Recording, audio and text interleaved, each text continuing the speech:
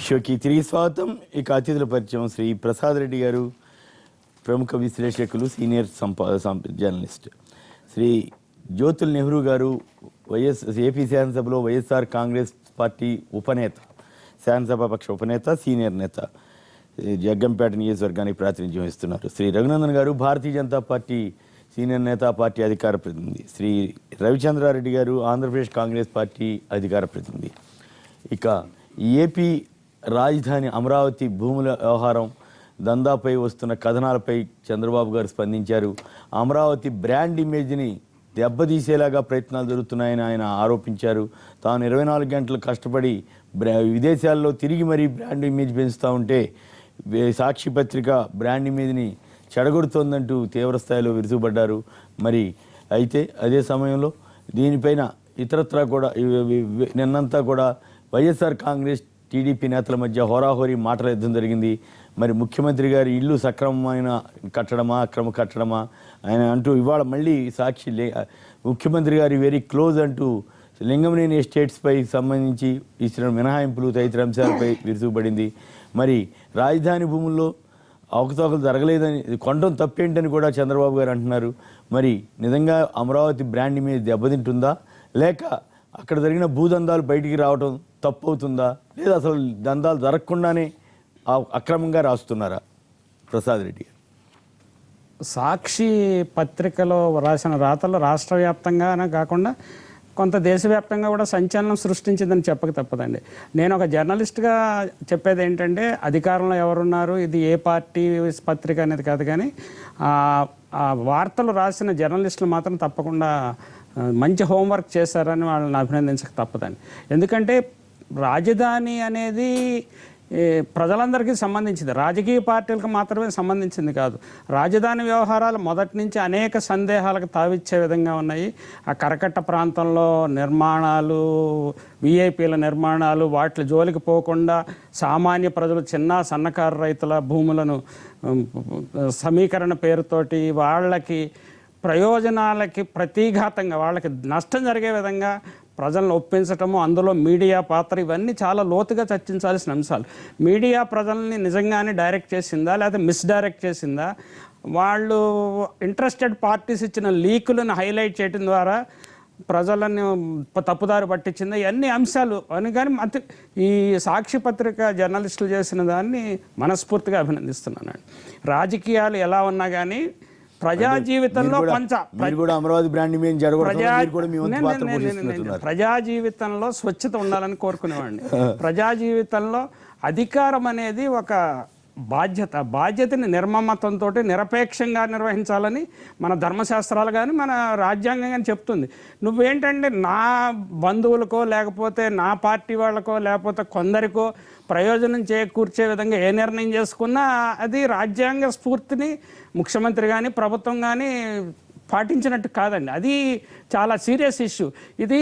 దీన్ని ట్రివిలైజ్ చేయడానికి ఏంటంటే వైఎస్ఆర్ కాంగ్రెస్ టీడీపీల మధ్య వివాదం కాదు, ఇది సమాజాన్ని మొత్తము కదిలించే ఇష్యూ అండి. ఎందుకంటే ఇది రాజకీయాల్లో నైతికత ఉందా, రాజ్యాంగ స్ఫూర్తి ఉందా, లేకపోతే మన పెద్దలు వేసిన మార్గంలో మనం పయనిస్తున్నామా, ప్రతి నిర్ణయాన్ని అంత గోప్యంగా ఉంచాల్సిన గోప్యత ఉన్నప్పుడు సందేహాలు వస్తాయి, సందేహాల నుంచి అనుమానాల నుంచి ఆరోపణలు వస్తాయి.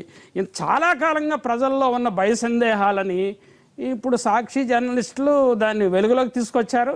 దాంట్లో ఏదైనా తప్పులు రాసుంటే తప్పకుండా వాళ్ళ మీద కోర్టులకు వెళ్ళండి, రకరకాల మార్గాలు ఉన్నాయి. అంటే మొత్తం మీరేమో అమరావతి బ్రాండ్ ఇమేజ్ జడగొడితే వాళ్ళు కోర్టులు తిరగాల. అమరావతి బ్రాండ్ ఇమేజ్ గురించి మీకు అవగాహన లేదని నేను చెప్పలేను, కానీ చాలామందికి అవగాహన లేదండి. అమరావతికి 2 రకాల బ్రాండ్ ఇమేజ్ ఉంది. అమరావతి ఏంటంటే అక్కడ హిందూ బౌద్ధుల మధ్య ఘర్షణలు, తర్వాత హిందూ తీవ్రవాదులు అనండి లేకపోతే ఇంకేమనండి, ఆ రోజుల్లో దాని మీద బౌద్ధ సన్యాసుల మీద జరిగిన దాడులు, బుద్ధ విగ్రహాలను కూల్చటాలు, అసలు శివాలయంలో ఉండే దీని గురించి కూడా కొన్ని ఏదంటే వాళ్ళు ఏదో బౌద్ధ స్తూపం అని కూడా చారిత్రకులు చెప్పేది, మనం చదువుకున్నదే కానీ మనం చూసింది కదా. కాబట్టి బ్రాండ్ ఇమేజ్ అనేది మనం ప్రభుత్వం తీసుకునే నిర్ణయాల మీద ఉంటుంది. ప్రభుత్వం తీసుకున్న నిర్ణయాలు శివరామకృష్ణన్ కమిటీని కాదన్నారు, తర్వాత ఇంకా గ్రీన్ ట్రిబ్యునల్ని కాదన్నారు, ప్రతిపక్షాలతో సంప్రదించలేదు, ఇట్లా సంప్రదించకుండా నిర్ణయాలు తీసుకుంటున్నారు. ఈ నిర్ణయాల వెనక ఏం జరుగుతున్నది, ఎందుకు సంప్రదించట్లేదు, పారదర్శక ఎందుకు పాటించట్లేదు అనేది ఇప్పుడు ప్రజల్లో బయటకు వచ్చింది. దానివల్ల బ్రాండ్ ఇమేజ్ని నువ్వు పాడు చేస్తున్నావు కానీ ప్రతిపక్షాలు లేకపోతే విమర్శ చేసేవాళ్ళు పాడు చేయట్లేదు. ఆ అభిప్రాయంతో నేను ఏకీభవించను. సో మొత్తం మీద మీరు మొత్తం బ్రాండ్ ఇమేజ్ చివరికి చంద్రబాబు గారే జడగొడుతున్నారు. చంద్రబాబు కాదండి, అది ప్రభుత్వ నిర్ణయాలు పారదర్శకత లేనప్పుడు తప్పకుండా సందేహాలు, అనుమానాలు, ఆరోపణలు, విమర్శలు వస్తాయి. బ్రాండ్ ఇమేజ్ని ఎవరు చెడగొడుతున్నట్టు? రైట్. జ్యోతుల్ నెహ్రూ గారు మీరేమంటారు చెప్పండి. ఏంటి అసలు మీ ఆయన చాలా గట్టిగా మాట్లాడారు. సాక్షి పత్రిక అవినీతి పత్రిక అని కూడా చంద్రబాబు గారు వ్యాఖ్యానించారు. మీరా ఇట్లాంటి రాతలు రాసేదని అడుగుతున్నారు ఆయన. నిన్న చంద్రబాబు గారు ఇంటర్వ్యూ కూడా నేను ఫాలో అయ్యాను. జనరల్గా చంద్రబాబు నాయుడు గారికి ఉన్నటువంటి నైపుణ్యత ఏంటంటే ఏదైనా ఒక క్రిటికల్ సమస్యలో పడతాను దాన్ని ఏ రకంగా పక్కకి తప్పించాలన్నది మాత్రం చాలా నైపుణ్యంగా తప్పించడానికి ప్రయత్నం చేస్తాడు, తప్పుకుంటుంటాడు కూడా. అదే ఇవాళ దాకా అతనికి ఉన్నటువంటి సక్సెస్. ఇక్కడ మళ్ళీ ఒక సెంటిమెంట్ని రౌజ్ చేసి ఈనాడు ఏదైతే తన మీద కానీ తన మంత్రివర్గ సహచరుల మీద కానీ తన పార్టీ వారి మీద కానీ వచ్చినటువంటి ఇది ఆరోపణ అనడానికి కూడా లేదు, వాస్తవాలు. ఎందుకంటే ఆధారాలతో సహితంగా వెరీ క్లియర్గా ఇక్కడ ఇచ్చినటువంటి వాస్తవాలు. ఓకే. ఆ వాస్తవాల్ని కప్పిపుచ్చడానికి చేసినటువంటి ప్రయత్నంగానే నిన్న వారు మాట్లాడినటువంటి మాటలు చూస్తే మనకు అర్థమవుతుంది. ఎందుకంటే ఒక పక్క బెదిరిస్తూ రెండో పక్క సముదాయిస్తూ తను రెండో చూడండి ఫస్ట్ ఐటమ్ ఆయన ప్రెస్ మీట్లో పెట్టిందంతా కూడా ఒక మేజర్ కమ్యూనిటీని అట్రాక్ట్ చేయడానికి మెయిన్ సబ్జెక్ట్గా పెట్టుకుని ఇరిగేషన్ వ్యవసాయ రైతాంగాన్ని అంతటినీ కూడా అట్రాక్ట్ చేయడం రైతు వర్గాన్ని ఓకే దాన్ని పెడుతూ దాన్ని మేజర్గా ప్రామాణిక అతను పెట్టుకుని చెప్పి సుమారు 40 నిమిషాలు మాట్లాడాడు దాని మీద. అందులో వాస్తవాలు ఉన్నాయా వాస్తవాలు లేవా అది ఎంతవరకు అమలు జరుగుతుందా అన్న దాని మీద వేరే డిబేట్ మనం చేసుకోవాలి. ఇక్కడ దాన్ని ఆ రకంగా చేస్తూ అప్పుడు చివరిగా దీన్ని తీసుకొచ్చినటువంటి పరిస్థితి. దీంట్లో ఆయన చెప్పినటువంటి పరిస్థితి చూస్తే కొనుక్కోకూడదా అని చెప్పేసి చాలా బ్లంట్గా మాట్లాడతాడు ఆయన. అది బ్రాండ్ ఇమేజ్ అండి.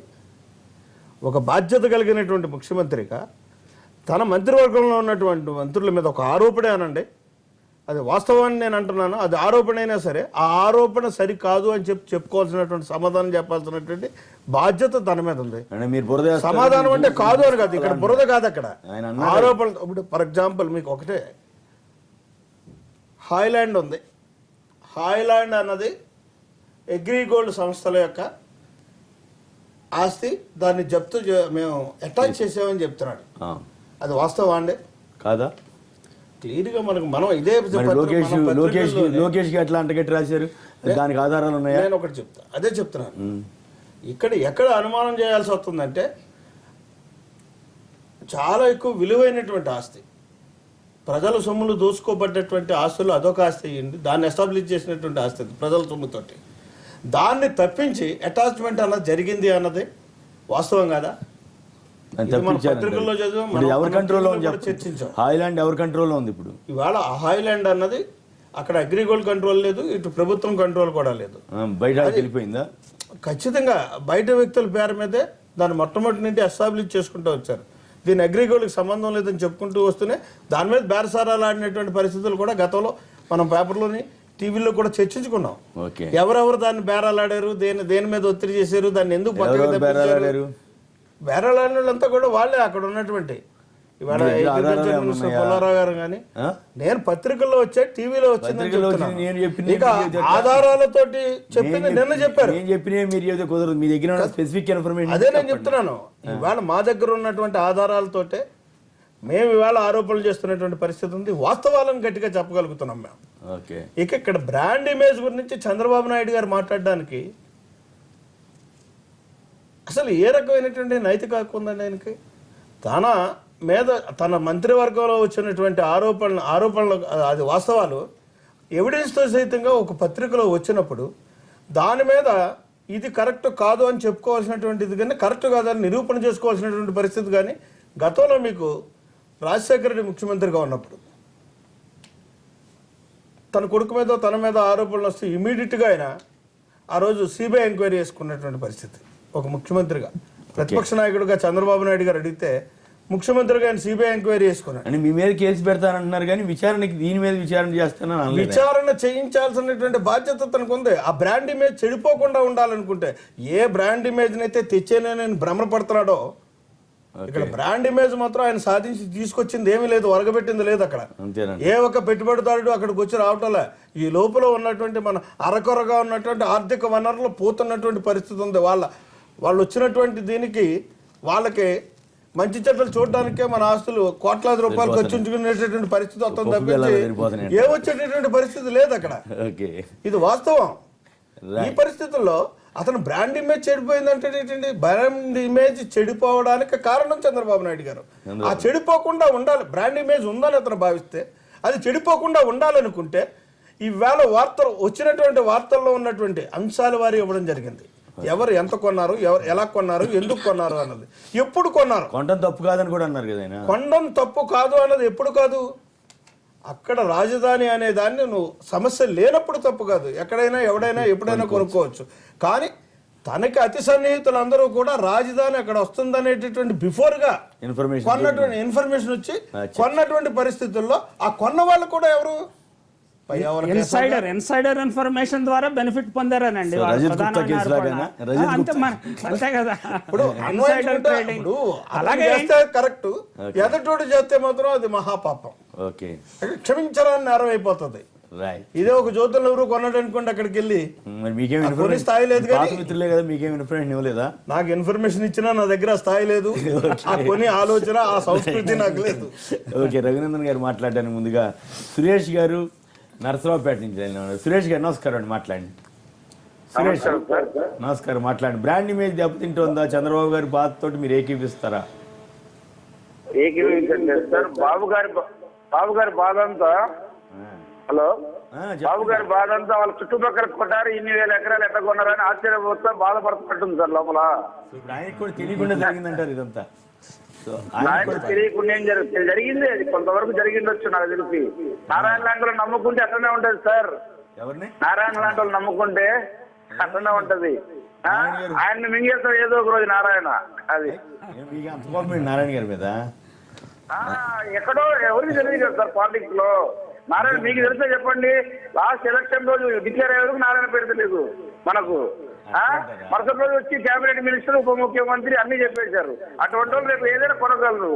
అది బాబు గారి బాధ అంతా భూముల గురించి కాదు, ఆయన తెలియకుండా కొన్నందుకే కొట్టారి కొన్నందుకే బాధపడుతున్నాడు. అదొకటేనండి. ప్రభుత్వ ఇన్ఫర్మేషన్, ఒక్క నిమిషం, ప్రభుత్వము తన ఇన్ఫర్మేషన్ సైట్ నుంచి ఇన్ఫర్మేషన్ తొలగించడం కూడా అనేక సందేహాలు, అది బ్రాండ్ ఇమేజ్ దెబ్బతీస్తుంది. ఏంటి వాస్తవాలను తెలుపడానికి ప్రజలకి దూరం చేయడం అనేది అది బ్రాండ్ ఇమేజ్ దెబ్బతింది. జాన్సన్ గారు మరొకరు లైన్ ఉన్నారు. జాన్సన్ గారు నమస్కారం అండి, మాట్లాడండి. నమస్తే సార్, అక్కడ ఉన్న పెద్దలందరికీ నమస్కారం. మీరు బాధపడతారా, మీరు బాధపడరా బ్రాండ్ ఇమేజ్ దెబ్బతింటే? నేను చాలా బాధపడుతున్నాను సార్. ఇప్పుడు అమరావతి బ్రాండ్ ఇమేజ్ ని ఖచ్చితంగా చంద్రబాబు నాయుడు గారే నాశనం చేస్తున్నారు సార్. ఒక 3 అంశాలే సార్, ఒక 3 అంశాలు నాశనం చేస్తున్నారు. బాధపడుతున్నారని చెప్పి మళ్ళీ ఇట్లా అంటారా? చంద్రబాబు గారు ఈ ఫైల్ అన్ని కూడా మాయం చేసి మళ్ళీ సరే పునరుద్ధరించారనుకోండి. చంద్రబాబు గారు మొట్టమొదటిసారి పాలన అయిపోయిన తర్వాత కూడా ఫైల్ అన్ని తగలబెట్టిన సంఘటన ఒక పెద్ద జర్నలిస్ట్ గా మీకు కూడా తెలిసి ఉంటుంది సార్. ఇక సార్ ఇంకొక రెండో విషయం సార్, బెన్ బాబలి అనేటటువంటి ఒక పిహెచ్డి స్కాలర్ అండి. ఆవిడ ప్రిన్స్టన్ యూనివర్సిటీకి ఇస్తూ డిపార్ట్మెంట్ ఆఫ్ ఆంధ్రప్రదేశ్ లో చదివిన ఆవిడ case of dominant caste and territory in south India అని చెప్పి ఒక పిహెచ్డి పొందారండి. ఆవిడ చంద్రబాబు గారు కేవలం కుల రాజకీయాలను ఎలా ప్రోత్సహించారని ఒక పిహెచ్డి చేశారు సార్. అది మీ వాట్సాప్ నంబర్ ఇస్తే నేను పంపిస్తాను సార్. ఇక 3వ అంశం సార్, చంద్రబాబు నాయుడు గారిని రాజధాని కట్టడంలో అనుభవజ్ఞుడు అని చెప్పి ప్రజలు ఎన్నుకున్నారంటున్నాడండి. కానీ పాపం ఆయన పరిపాలన తీరు చూస్తే రాజధాని భూముల్ని కట్టబెట్టడంలో చాలా అనుభవజ్ఞుడు, తన జనాలకు చుట్టబెట్టడంలో చాలా అనుభవజ్ఞుల్లా ఉన్నట్టుంది సార్. ప్రతిదానికి తాట తీసేస్తామంటారు సార్, కాల్మనీలో ఉక్కుపాదం మోపుతామంటారు సార్, వనజాక్షికి న్యాయం చేస్తామంటారు సార్. మరి గ్రీన్ ట్రిబ్యునల్ అభ్యంతరాలని పక్కన పెడతారు సార్. బోండా ఉమా అసెంబ్లీలో నరికేస్తానంటే తప్పుండదు, రోజాను సస్పెండ్ చేస్తారు సార్. కార్ రేసింగ్ లో ఉమాకుమారుడు మూలాన ఒక విద్యార్థికి చచ్చిపోతే ఉండదు సార్. రిషితేశ్వరి విషయంలో న్యాయం జరగదు సార్. వనజాక్షి న్యాయం జరగదు సార్. వైసీపీలో ఉంటే భూమా నాగిరెడ్డి రౌడీ షీటర్ టీడీపీలో చేస్తే పతిత పావనం అయిపోతాడు సార్. రేవంత్ రెడ్డి సత్యలత అంటారు sir. Right, okay okay, right, సరిపోతారండి. మరి ఎక్కువ నేను పరిగెట్టు తీసినట్టు ఉంటుంది. రైట్, రఘునందన్ గారు చెప్పండి, మీరేమంటారు? ఇది అమరావతి బ్రాండ్ ఇమేజ్కి సంబంధించి మీరు ఎట్లా ఫీల్ అవుతారు జనరల్గా? ఇప్పుడు ఏ ప్రభుత్వమైనా అధికారంలోకి వచ్చిన తర్వాత తాను చేపట్టేటువంటి పరిపాలన ప్రజలకు అందుబాటులో ఉండాలి, ప్రజా సంక్షేమం కోసం ఉండాలి. వారు చేసేటువంటి ఏ కార్యక్రమం అయినా, అది అమరావతి నిర్మాణం అయినా, మెట్రో రైలు నిర్మాణాలైనా, కొత్త సెక్రటరియట్లు అయినా, కొత్త అసెంబ్లీలు అయినా, ఎక్కడైనా కొంత పారదర్శకత ఉండాలని చెప్పి మారుతున్నటువంటి కాలంలో ప్రజలు కోరుకుంటున్నటువంటి అంశం. ఇప్పుడు 5-6 దశాబ్దాల క్రితం తొలినాళ్లలో ఈ దేశానికి ప్రధానమంత్రులు అయిన వాళ్ళకి అప్పుడు ఇప్పుడు సమాచారం బయటికి చెప్పేటువంటి చట్టాలు లేవప్పుడు చెప్పాల్సిన అవసరం కూడా లేదని అప్పుడు ప్రభుత్వాలు భావించినాయి. తర్వాత మారిన కాలానికి అనుగుణంగా రైట్ టు ఇన్ఫర్మేషన్ అనేటువంటి చట్టం కానీ ఇతరత్ర చట్టాలు వచ్చినప్పుడు ఒక దేశ రక్షణ, అంతర్గత వ్యవహారాలకు సంబంధించిన అంశాలు మినహా మిగతా అన్ని కూడా ప్రజలకు అందుబాటులో ఉంచాల్సినటువంటి బాధ్యత ఏ ప్రభుత్వమైనా, రాష్ట్రాలైనా, కేంద్రాల మీదనైనా ఉంది. కానీ ఎందుకో ఇటీవల కాలంలో ఈ రాష్ట్రం మీదైనా పక్క రాష్ట్రం మీదైనా వస్తున్న ఆరోపణలలో ఏంటంటే జీవోలనే అసలు వెబ్సైట్లో కనబడకుండా చేస్తా ఉన్నారని చెప్పి రహస్యంగా పెడతా ఉన్నారని, ఇక్కడ 500 జీవోలు, అక్కడ 800 జీవోలు అసలు కనబడతలేవని. ఇవన్నీ అట్లాంటప్పుడు సమాచార హక్కు చట్టం ఎందుకు, దానికి కమిషనర్లు ఎందుకు, ఆ కమిషనర్లకు నెలవారీ ప్రజల సొమ్ము నుంచి ట్యాక్సులు కట్టిన దాని నుంచి ఇస్తున్న జీతాలు వెసులుబాట్లు ఎందుకు, ఇవన్నీ మనం ఆలోచించుకోవాలి. కొమ్మినేని గారు, రాజకీయ పరంగా ఒక పార్టీ మీద ఇంకొక పార్టీ ఆరోపణ చేస్తూ ఉంది, ఒక పత్రిక ఇంకొక పత్రిక మీద ఆరోపణ చేస్తూ ఉంది. ఇవి రోజు మనం వింటూనే వస్తూ ఉన్నాం. సాక్షి ఎవరికి వేస్తూ ఉంది, ఈనాడు ఎవరికి వేస్తూ ఉంది, మీరు ఎవరికి వేస్తారు, మేము ఎవరికి వేస్తున్నాం, అందరూ విమర్శిస్తూనే ఉన్నారు. మనం చాలాసార్లు వింటూనే ఉన్నాం.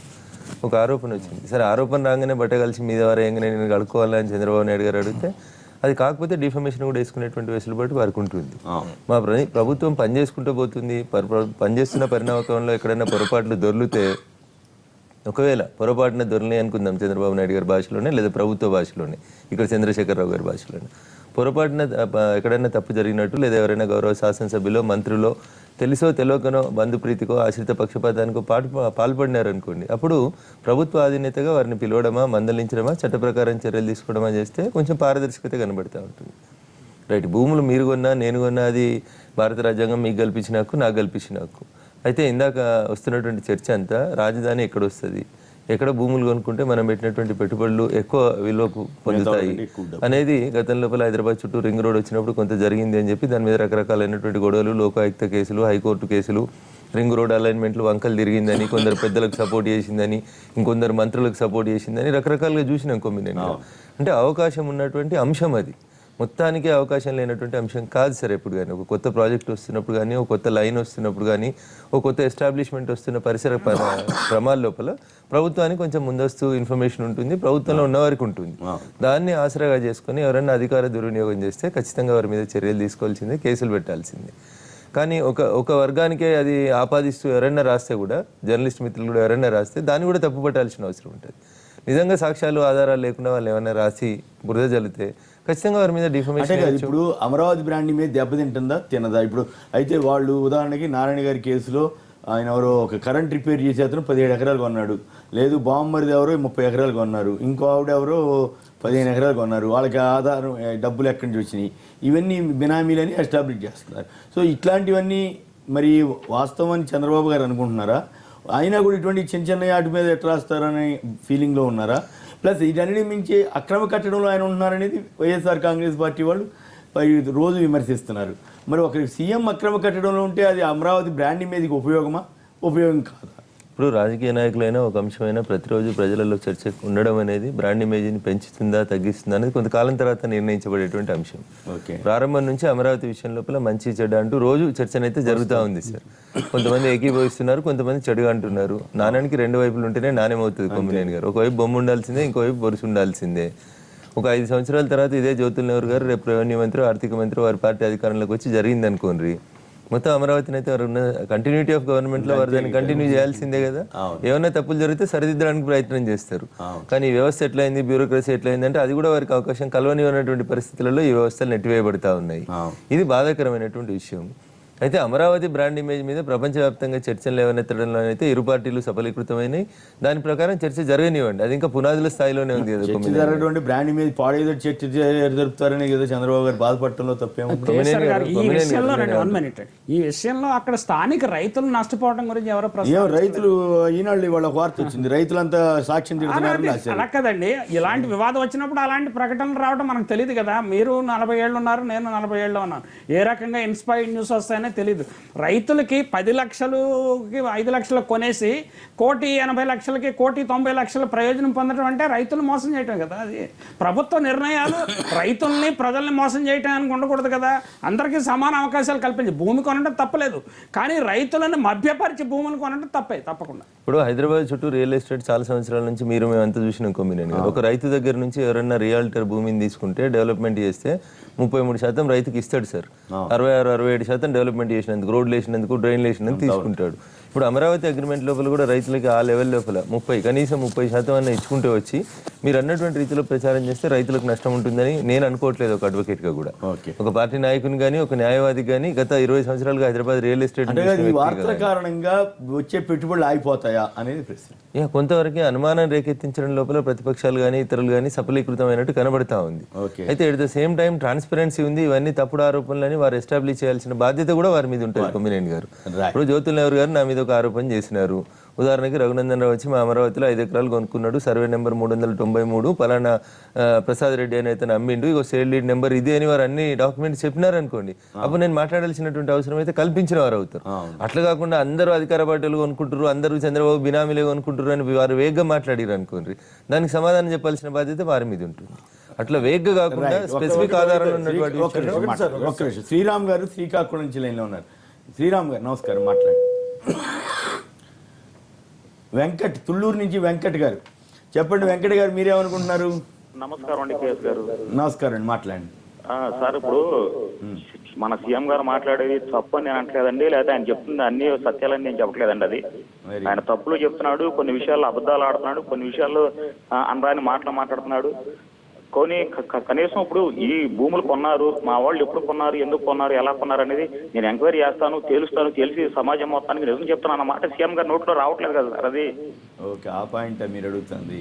కానీ మరి నిన్న ఒక పత్రికలో ఇవాళ ఒక పత్రికలో వచ్చింది, సాక్షి వాళ్ళ మీద నిరసన తెలుపుతూ రైతు సమాఖ్య సభ్యులు నిరసన తెలిపారని వచ్చింది ఒక పత్రికలో. ఎంతవరకు వాస్తవం? నేను సాక్షి బేస్ కోసం మాట్లాడలేదండి, సాక్షి నా ఇష్టం పేపర్ కాదండి అసలు. దాన్నంట్లా అడుగుతున్నా, సాక్షిలో అవాస్తవాలు రాస్తున్నారని చెప్పి రైతులు ఆరోపణ చేస్తున్నారు అని చెప్పి ఇంకో వేరే పత్రికలో వార్త ఈనాడులో వచ్చింది. ఎంతవరకు మరి రైతుల్లో ఆ నిరసన వస్తుందా రావట్లేదు? అది నాపై రైతుల్లో నిరసన ఒకటే సార్. ఇక్కడ ఈ రాజధాని ప్రాంతంలో మీరు సాక్షి చెప్పినట్టు అది కాదు, అలా ఈనాడు చెప్పినట్టు ఇది కాదండి. వీళ్ళ వాస్తవాలు వేరుగా ఉన్నాయి. ఆ వాస్తవాన్ని ప్రకటించే దిశగా ఎవరు వెళ్తలేదండి. ఇటు సాక్షి వెళ్తలేదు, ఈనాడు వెళ్తలేదు, అలా చెప్పేసి మీ ఎన్టీవీ కూడా వెళ్తలేదు సార్. వాస్తవం చెప్పండి, మీ ఎన్టీవీ కూడా మీకు అనుకూలమైన కాల్స్ వచ్చినప్పుడు అలా కట్టగేస్తున్నారు, లేదంటే కట్ చేస్తాను మీరు కూడా చెప్తున్నాను నేను. ఎందుకంటే నేను ప్రతిరోజు కూడా ఏదన్నా విషయం గురించి, లేదా మా ఊర్ల గురించి, పక్క వాళ్ళ గురించి ఏదన్నా విషయం మాట్లాడుతుంటే మీకు అపోజిషన్ కోసం మీరు కట్ చేస్తున్నారు. వాస్తవం చెప్పాలంటే ఇప్పుడు అందరూ ఇప్పుడు మంచివాడు భూమి మీద మీరు విషయానికి రండి. నేను ఎప్పుడు కట్ చేశాను? మీరు అభ్యంతరకరమైన భాష లేకపోతే ఏదైనా ఒప్పుకుంటాం, అభ్యంతరకరమైన భాష ఉంటే తప్ప. మీరు అసలు విషయానికి రండి, టైం వేస్ట్ చేయమాకండి. అసలు విషయం ఏంటి? అసలు ఏమనుకుంటున్నారు రైతులు? ఒకటండి, రైతుల దగ్గర ఈ రాజకీయ నాయకులు కొనుక్కోవటం తప్పని మేము అనట్లేదండి. కానీ అనౌన్స్మెంట్ రాకముందు కొన్నారంటే ఇప్పుడు ప్రత్యేకంగా సపరేట్ గా ఒక వర్గం కొంటా కారణం ఏంటి సార్? అది ఒకటే సీఎం గారిని తెలుసుకోమని చెప్తున్నామండి మేము. ఓకే, అది అంతే కదా. ఇంకా కొనుక్కోవడం తప్పు కాదు, మేము అమ్ముకోవడం తప్పు కాదు. అది అలాగే ఇప్పుడు మీరు బినామీలు ఇప్పుడు మన సాక్షి పేపర్ లో నారాయణ గారి దగ్గర బంధువులు అని చెప్పేసి వేశారు. అది అసలు ఏ పేపర్లో వేసింది వాస్తవా కాదా అని తేల్చాల్సిన బాధ్యత గవర్నమెంట్ ఉంది కదండి. అది కరెక్ట్. అవును, మీరు అది వేసిన తర్వాత ఇప్పుడు అతని జీతం ఎంత, అతను ఈ పొలాలన్నీ ఎలా కొన్నాడు, బ్లాక్ మనీ వాళ్ళు ఎంత పెట్టుకున్నారు, ఆ తర్వాత వైట్ మనీ ఎంత ఇచ్చారు, ఈ డబ్బులు వాళ్ళకి ఎక్కడ వచ్చింది, వాళ్ళు ఇన్కమ్ ట్యాక్స్ కడుతున్నారా లేదా, అవన్నీ తేల్చాల్సిన బాధ్యత సీఎం గారి మీద పెట్టుకొని అవన్నీ కాదు ఆ సైట్ మేము క్లోజ్ చేస్తాము, ఇంకో సైట్ మేము క్లోజ్ చేస్తాం అని ఇది అయితే చాలా తప్పని నా ఉద్దేశం అండి. మా ఉద్దేశం, మా ఊరు ప్రజలందరూ కూడా అదే అనుకుంటారండి. రైట్. ఇప్పుడు మళ్ళీ నా మీద ఆరోపణ చేయకుండా ఉంటారా వెంకటరెడ్డి గారు ఇంతసేపు మాట్లాడిన తర్వాత? వెంకట్ గారు చెప్పండి అండి. ఇప్పుడు నా మీద ఆరోపణ చేయకుండా ఉంటారు కదా ఈసారి? ఒకటి సార్, ఇప్పుడు మీ మీద ఆరోపణ చేసినా మాకేం రాదు. నేనేం చేయగలను నీకు? ఎందుకంటే నేనేం చేయగలను చెప్పండి. మీరు పూర్తి అవకాశం ఇచ్చాను, మీరు మాట్లాడుకున్నారు, అంతే కదా. అంతేనండి. మేము ఒకటే సార్, ఇప్పుడు ఎవరిని దూషించడానికి మేము ఫోన్ చేయమండి, ఎవరిని అనడానికి లేదు. ఎట్లా అభ్యంతరకర భాష వాడలేదు కాబట్టి మిమ్మల్ని ఇబ్బంది లేకుండా కంటిన్యూ చేయించాం. నన్ను విమర్శించినా కూడా నాకు అభ్యంతరం లేదు, అభ్యంతరకరమైన భాష వాడినంత వరకు. ఓకే, అందుకే కదా, అందుకే మీకు పూర్తి స్వేచ్ఛ ఇచ్చి మాట్లాడినిచ్చాం. Assignment land windfall profit రెండు విషయాలు చాలా కీలకమైనవండి. విండ్ ఫాల్ ప్రాఫిట్ వచ్చింది కొంతమందికి, అది ఇన్సైడర్ ఇన్ఫర్మేషన్ ద్వారా వచ్చింది. అలాగే హైదరాబాద్ చెందిన వాళ్ళు 14,000 కోట్లు అసలు ఆ అలాట్మెంట్ జరగలేదు, అప్పుడే విండ్ ఫాల్ ప్రాఫిట్ వచ్చేసింది అన్నారు. అలా కదండి, ఇప్పుడు వాల్యూ ల్యాండ్ వాల్యూ ఎంత అప్పుడు ఉంది అక్కడ. అప్పుడు కొన్నప్పుడు వాళ్ళు ₹1,00,00,000 పెట్టి కొన్నారు, ఇప్పుడు ఆ ల్యాండ్ ₹1,00,00,000 ఎక్కడ కొన్నారండి? ₹1,00,00,000 కొన్నారు, 10 లక్షలకి 5 లక్షలు కూడా కొన్నారు. ₹1,00,00,000 కొద్ది ఎకరాలు కొన్నారు, 10 లక్షలకి 5 లక్షలకి 3 లక్షలకు కూడా కొన్నారండి. కొన్నారు. ముందు ఇన్సైడర్ ఇన్ఫర్మేషన్ కూడా లేయర్స్ లాగా ఉంటుందండి. అతి సన్నిహితులకు కొంత, 10 బయట వాళ్ళకి కొంత, కొంతమంది ఏమో న్యూస్ వీడ్ వెళ్తుందని చెప్పి న్యూస్ వీడ్ వైపు డైరెక్ట్ చేశారు. ఇన్ని రకాలు అన్ని జరిగింది, ప్రజలు చర్చిస్తున్నారు. హైదరాబాద్ సంబంధించినటువంటి కొంతమంది మిత్రులు వెళ్ళి ఆంధ్రప్రదేశ్ కొత్త రాజధాని విజయవాడ రాబోతా ఉందని చెప్పి ఎలాంటి ప్రకటన రాకముందే చెప్పి ₹1,00,00,000 పెట్టి ఇన్వెస్ట్ చేసి ఎక్కడ విజయవాడ చుట్టుపక్కల ఇప్పుడు ఆ డబ్బులు మళ్ళీ భూముల రిజిస్ట్రేషన్ అయితే లేవని, ఏం అవుతలేవని, అమ్ముకోలేకపోతున్నామని హైదరాబాద్ చెందినటువంటి చాలా మంది రియాల్టర్ మిత్రులు బాధపడుతున్నటువంటి విషయం కూడా మా దృష్టిలో ఉంది సార్. అంటే అదే నూజువీడు ఆ పరిసర ప్రాంతాల్లో తెలివి తక్కువ కాదు సార్, ఇనిషియల్ స్టేజ్ లో కొన్నారు. నూజువీడు దగ్గర వస్తుందని ఒక ఇంప్రెషన్ వచ్చింది. అంటే అప్పుడు చంద్రబాబు గారు ఒక మాట అన్నారు, ఆ మాట అనకుండా ఉంటే బాగుండేదని ఆ రోజుల్లో కూడా. విజయవాడ పరిసరాల్లో అనేసరికి ఏమైంది, చాలా ప్రమాదకరమైనటువంటి స్టేట్మెంట్ అది. చంద్రబాబు గారు ఆ మాట అంత సీనియర్ అందరూ కూడా నష్టపోయారు. దాంతో ఏమైంది, చాలా పెట్టుబడి ఎక్కడ వస్తుంది అన్నది కన్ఫర్మ్ గా తెలుసున్నారు. నందికోట్ గురించి ఒక లైన్ లో ఉన్నారు, నందికోట్ నుంచి. నమస్కారం అండి, మాట్లాడండి. నమస్కారం అండి, మాట్లాడండి. హలో సార్, నమస్కారం సార్. నమస్కారం, మాట్లాడు. మీ పేరు? స్వాములు సార్ మా పేరు. స్వామి గారు మాట్లాడండి. మాట్లాడాలా? మాత్రం వచ్చినందుకే వాళ్ళు అంతగా మాట్లాడుతున్నారు కదా సార్. టీవీ సౌండ్ తక్కువేయండి సార్. మీరు టీవీ అది వినపడట్లేదు, టీవీ కట్టేసి మాట్లాడండి. కట్ చేసినాం సార్. అదే సార్, పేపర్లో అంత మాత్రం వచ్చినందుకు వాళ్ళు అంత బాధపడుతున్నారు కదా. అవును, బాధపడుతున్నారు సార్. నిజం రాసే తప్పేముంది సార్? అచ్చా, బాధపడొద్దు అంటారా మీరు?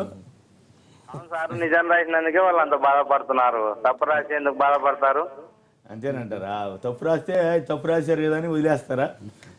కేసు పెట్టవచ్చు. కరెక్ట్, మీ ఆ లాజిక్ బాగుంది. రైట్, రవిచంద్ర గారు చెప్పండి, మీరే ఉంటారు. ఈరోజు జరుగుతున్న రాజధాని, దాని భూములు, దాని బాగోతాలు అని చెప్పి ఏదైతే 2 రోజుల నుంచి సాక్షిలో వస్తుందో, దాన్ని చూసిన తర్వాత 2వ రోజు సాయంత్రం చంద్రబాబు నాయుడు గారు ప్రెస్ మీట్ పెట్టడం జరిగింది. ఆయన ప్రెస్ మీట్ పెడుతూ ముఖ్యంగా మొదటి 40 నిమిషాలు ఇతరత్ర విషయాలన్నీ చర్చించుకుంటూ అతి కష్టం మీద కొన్ని ప్రశ్నలకి ఖచ్చితంగా సమాధానం చెప్పాల్సిన అవసరం ఉంది, చెప్పక తప్పదనే రీతిలో ఒక ఫ్రస్ట్రేషన్తో కొన్ని సమాధానాలు చెప్పడం జరిగింది.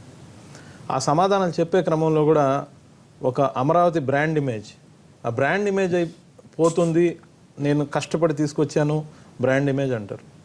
కష్టపడి బ్రాండ్ ఇమేజ్ తీసుకురావడానికి, అడ్వర్టైజ్మెంట్ల ద్వారా బ్రాండ్ ఇమేజ్ తీసుకురావడానికి ఇదే సబ్బో సన్ఫ్లవర్ ఆయిల్లో కాదు, ఈయన బ్రాండ్ ఇమేజ్ తీసుకురావడానికి. మనం చేసే కార్యక్రమాలు, మనం చేయకూడని అవినీతి, ఇలాంటివన్నీ ఉంటాయి. ఇప్పుడు నిన్న 2 రోజుల నుంచి వచ్చిందంతా అవినీతి గురించి ఆరోపణలు పుంకాలుగా వస్తున్నాయి, పేర్లు, ఎక్స్టెంట్లు, సర్వే నంబర్లతో సహా. ఏ ముఖ్యమంత్రి అయినా ఆ స్థాయిలో ఉన్నప్పుడు ఏం చేయాలి? దానికి వెంటనే we welcome any enquiry, we're ready అని ఒక ప్రకటన. ఎవరో భూములు కొనుక్కుంటే ఒక మాట, ఆయన ఏం దిగాల్సిన అవసరం లేదు. మరి ఎంక్వైరీకి సిబిఐ ఉంది, లేకపోతే వేరే సిట్టింగ్ జడ్జి. అవును, మరి బ్రాండ్ ఇమేజ్ ఎలా కాపాడతారు? అంటే ఆయన ఆరోపణ వచ్చినప్పుడు అంటే మీరు అవినీతి చేస్తే పెట్టుబడులు వస్తాయా?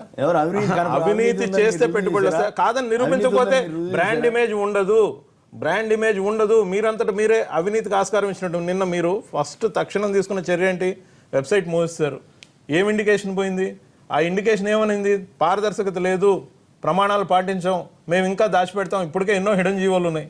ఈ విధంగా హిడెన్ జీవోలతో పాటు ఎంక్వైరీకి ఎటువంటి పరిస్థితుల్లో తావివ్వకుండా ఏం జరిగిందని ఎంక్వైరీ ఏమంటారంటారు. అంతేకాకుండా ఎవరో కొనుక్కుంటే నన్నేం చేయమంటారంటారు. ఇక్కడ మనం గమనించాల్సిన అసలైన కోణం ఏంటంటే వీళ్ళందరూ కొన్న టైమింగ్, కొన్న పేర్లు, ఇవన్నీ కూడా మిగతా రియల్టర్స్ అందరినీ చుట్టుపక్కల అని చెప్పి డైవర్ట్ చేసి అన్ని పక్కల పెట్టుబడులు పెట్టించి నిలువున ముంచేశారు. అసలు వాళ్ళేమో కావాల్సిన దగ్గర ఖచ్చితంగా మాస్టర్ ప్లాన్ లీక్ అయినందువల్ల కొనుక్కున్నారు.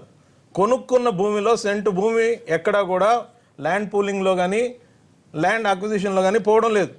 అంతేకాదు హద్దులు కూడా కరెక్ట్గా రోడ్ పాయింట్ల వరకు ఖచ్చితంగా వీళ్ళకి 10 మీటర్ల దూరంలోనే 20 మీటర్ల దూరంలోనే వస్తుంది.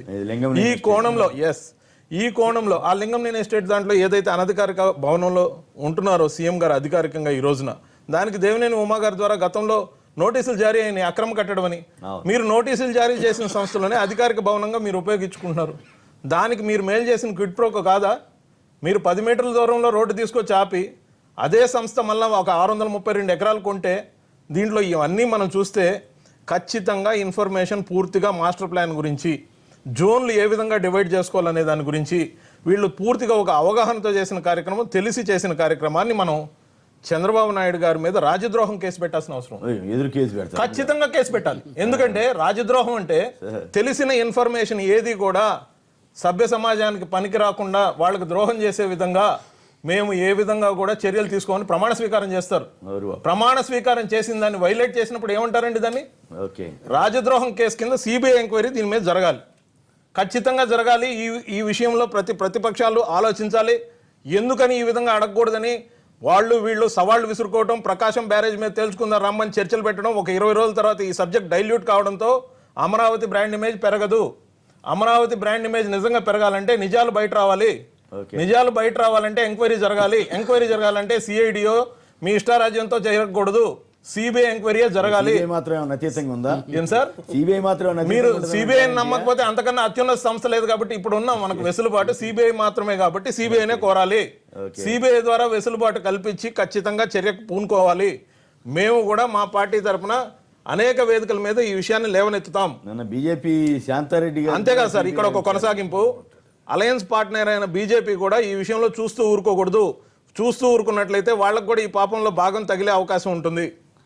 అంటే ఎట్లా ఇప్పుడు అవినీతిని సపోర్ట్ చేసినా కానీ అలయన్స్ పార్ట్నర్ రూలింగ్ పక్షంలో బీజేపీ వాళ్ళు ఖండించాలి. ఈ విధమైన అవినీతిని మేము సహించమని ఖండించండి. ఎవరు ఖండించాలా? అమిత్ షా గారు వస్తున్నారు రేపు, ఒక సమాధానం చెప్పమనండి. ప్రెస్ పీపుల్ రేపు ఖచ్చితంగా ప్రశ్నిస్తారు. ఎవరు వెంకయ్యనాయుడు గారు ఒక లైన్ లో మాట్లాడతారు, మిగతా వాళ్ళు ఇంకో లైన్ లో మాట్లాడతారు. ఏ లైన్ మీరు పార్టీ లైన్ అమిత్ షా గారు అధ్యక్షుడు కాబట్టి రేపు వస్తున్నారు కాబట్టి 6వ తేదీన ఖచ్చితంగా విలేకరులు ప్రశ్నిస్తారు. విలేకరులు ప్రశ్నిస్తారు. ప్రశ్నించిన దానిలో స్టాండ్ ఉండాలి కదా. ఏపీ అమిత్ షా గారి వెంకయ్యనాయుడు గారే కొమ్మినేని గారు దయించి అట్లాంటి వ్యాఖ్యానాలు వద్దనేది నేను మీకు విజ్ఞప్తి చేస్తున్నాను. పార్టీ జాతీయ అధ్యక్షునిగా అమిత్ షా గారు ఒక నిమిషం వెంకయ్యనాయుడు గారు ఫైనల్ అనేటువంటి మాట ఉండదు సార్. పార్టీలో అట్లా ఉండదు. భారతీయ జనతా పార్టీలో ముఖ్యంగా అట్లా ఉండదు సార్. పార్టీ జాతీయ అధ్యక్షులు వారు తీసుకున్న నిర్ణయమే తుదిగా ఉంటుంది. ఒకవేళ రవిచంద్రారెడ్డి గారు అన్నట్టు అవినీతి జరిగినటువంటి ఆరోపణలు ఏమైనా వారి దృష్టికి తీసుకెళ్తే ఎక్కడ కూడా అవినీతిని ఎంకరేజ్ చేయాల్సినటువంటి అవసరం కానీ ప్రోత్సహించాల్సిన అవసరం కానీ భారతీయ జనతా పార్టీకి లేదు. 100% దాన్ని ఖండిస్తాం. కావాలంటే మీకు ఫ్రీగా వకాలత్ చేసి పెడతాం. పూర్తి సాక్ష్యాధారాలు ఇవ్వండి. ఎవరైనా తప్పు చేసినట్టు మీరు ఆధారాలు తీసుకొచ్చిస్తే మీ తరఫున మేము ఫ్రీగా వకాలత్ చేస్తాం. మీకు ఏమైనా ఇబ్బంది ఉంటే. అంతేగాని భారతీయ జనతా పార్టీ ఎక్కడ కూడా ఎవరికి కూడా అవినీతిని ప్రమోట్ చేయాల్సిన అవసరం, సపోర్ట్ చేయాల్సిన అవసరం తీసుకోండి. మీరు ఇవ్వండి ఎమ్మెల్యే గారు, మీరు ఇవ్వండి, మేము సుమోటోగానే కేసులు చేసి పెడతాం. నేను ఇక్కడేమి ఎవరిని సుమోటోగా తీసుకోమని చెప్పట్లా, విచారణ చేయమని చెప్పట్లా. వెంకయ్యనాయుడు గారు ఏపీ సీఎం గా చంద్రబాబు గారు రావటం ప్రజల అదృష్టం అని అన్నారా లేదా? అదే పురంధరేశ్వరి గారు ఇంకో శాంతారెడ్డి గారు సిబిఐ విచారణ అడిగారా లేదా? ఇదే వెంకయ్యనాయుడు గారు ల్యాండ్ పూలింగ్ అద్భుతం బ్రహ్మాండంగా చేశారని మెచ్చుకున్నారా లేదా? మరి ఇప్పుడు ఎవరి లైన్ కరెక్ట్? కేంద్రంలో అత్యున్నత స్థానంలో ఉన్నది వెంకయ్యనాయుడు గారా శాంతారెడ్డి గారా పురంధరేశ్వరి గారా? సో వెంకయ్యనాయుడు గారి లైన్ కి ఆమోదం వస్తున్నట్టు లెక్క కదా. అమిత్ షా గారికి మోడీ గారికి సంబంధం లేకుండానే వెంకయ్యనాయుడు గారు బ్రహ్మాండమని చంద్రబాబు గారిని మెచ్చుకుంటారా? మరి మిగతా వాళ్ళు విమర్శిస్తున్నందు మాత్రం దానికైనా వాల్యూ ఉందా అనేది నా ప్రశ్న. ఒక రాజకీయ పార్టీలో ప్రజాస్వామ్యబద్ధంగా డిఫరెన్స్ ఆఫ్ ఒపీనియన్ ఉండడం తప్పు కాదు. ఒక నిమిషం. అక్కడ జరుగుతున్నటువంటి పరిపాలనకు సంబంధించిన అభివృద్ధి కార్యక్రమాలలో శంకుస్థాపనలలో వచ్చి వేదికను పంచుకుంటున్నప్పుడు వారు మాట్లాడినటువంటి మాటల్ని మీరు కోట్ చేసినారు. ఒక మాట ల్యాండ్ పుల్లింగ్ పూర్తి అయిన సందర్భంగా వారు ఏదో శంకుస్థాపన శంకుస్థాపనకు వచ్చినప్పుడు దీంట్లో అవినీతి ఉంది ఎంక్వైరీ అయ్యింది అని ఎవరు మాట్లాడారు సార్. అవినీతి జరిగిందనేది ఇప్పుడు బయటకు వస్తున్నప్పుడు ఖచ్చితంగా దాని మీద స్పందిస్తారు, చర్యలు తీసుకోమని చెప్తారు. అంతేగాని అవినీతిని ఎంత ప్రమోట్ చేయమని చెప్పాల్సిన అవసరం వెంకయ్యనాయుడు గారికి కూడా ఉందని నేను అనుకోవట్లేదు. చెప్పరు కూడా వారు కూడా ఎక్కడ కూడా అవినీతిని ఎంకరేజ్ చేసేటువంటి వ్యక్తి అయితే కాదు. నేను అనలేదు కదా ఆ మాట. కాదు కూడా వెంకయ్యనాయుడు అనలేదు కదా అయితే లైన్ తేడా కనబడుతుంది కదా సార్. ఇప్పుడు నేను అదే చెప్తాను, శాంతారెడ్డి గారు ఎందుకు మాట్లాడినారు, వెంకయ్యనాయుడు గారు ఎందుకు సమర్థించినారు అన్నప్పుడు నేను చెప్తున్నాను. వెంకయ్యనాయుడు గారు అడ్రస్ చేసిన వేదిక వేరు సార్. శాంతారెడ్డి గారి ముందుకు వాస్తవాలు వచ్చిన తర్వాత వారు మాట్లాడి ఉంటారు. నిన్నే వెంకయ్యనాయుడు గారి కంటే శాంతారెడ్డి గారి దగ్గర ఎక్కువ సార్. ఎప్పుడో 4 రోజుల క్రితం జరిగింది అభివృద్ధి కార్యక్రమాలు. రైట్, ఒక బ్రేక్. ఒకసారి ఇప్పుడు శంకుస్థాపనకు ముందు కూడా ఈ ఆరోపణలు ఉన్నాయి. ఈ మాత్రం కూడా ఆధారాలు బయటికి రాలేదు ఎమ్మెల్యే గారు. అప్పుడు ఆ రోజులలో ఈ మాత్రం కూడా రాలేదు. అప్పుడు ఓన్లీ నేను చెప్పినట్టు ప్రాథమిక స్థాయిలో. చిన్న విరామం తర్వాత లైవ్ షో కొనసాగుతుంది.